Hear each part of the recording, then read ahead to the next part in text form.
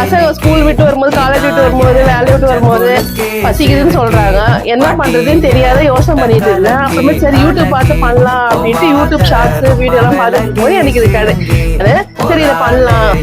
ஒரு முட்டைய உடச்சு ஊத்திக்கினேன், கொஞ்சம் வெண்ணிலா எசன்ஸ், கொஞ்சம் ஏலக்காய், பால், கொஞ்சம் கண்டென்ஸ்டு மில்க்,